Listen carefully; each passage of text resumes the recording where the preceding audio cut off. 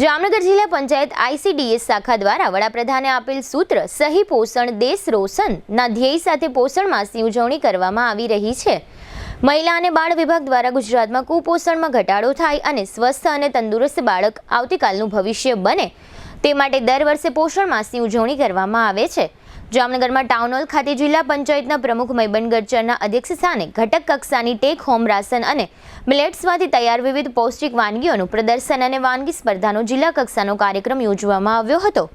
લોકોમાં પરંપરાગત વાનગીઓના ઉપયોગને પ્રોત્સાહિત કરવા માટે ટેક હોમ રાશન અને મિલેટ્સમાંથી બનતી વાનગી થકી સ્વસ્થ અને તંદુરસ્ત સમાજ દેશનું નિર્માણ કરવા એક પહેલના ભાગરૂપે પોષણ ઉત્સવ અંતર્ગત પૌષ્ટિક વાનગી સ્પર્ધાનું ટાઉન હોલ ખાતે આયોજન કરવામાં આવ્યું હતું।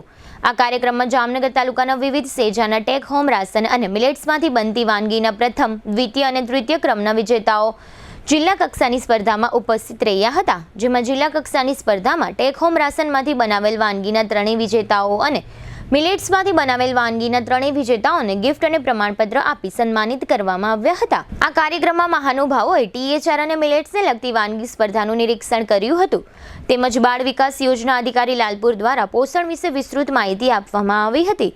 કાર્યક્રમના અંતે ઉપસ્થિત સૌએ પોષણ માહ અંગેના શપથ લીધા હતા। કાર્યક્રમમાં જિલ્લા પંચાયતના ઉપપ્રમુખ હસમુખ કણજારિયા, જિલ્લા પંચાયતની વિવિધ સમિતિઓના ચેરમેન, અધિકારીઓ, મુખ્ય સેવિકા, DCDPA, NNM staff, PAC, Purna consultant વગેરે સ્ટાફ ઉપસ્થિત રહ્યા હતા।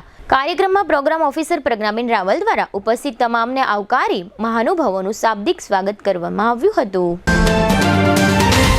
આ પાવન નવરાત્રીના અવસરે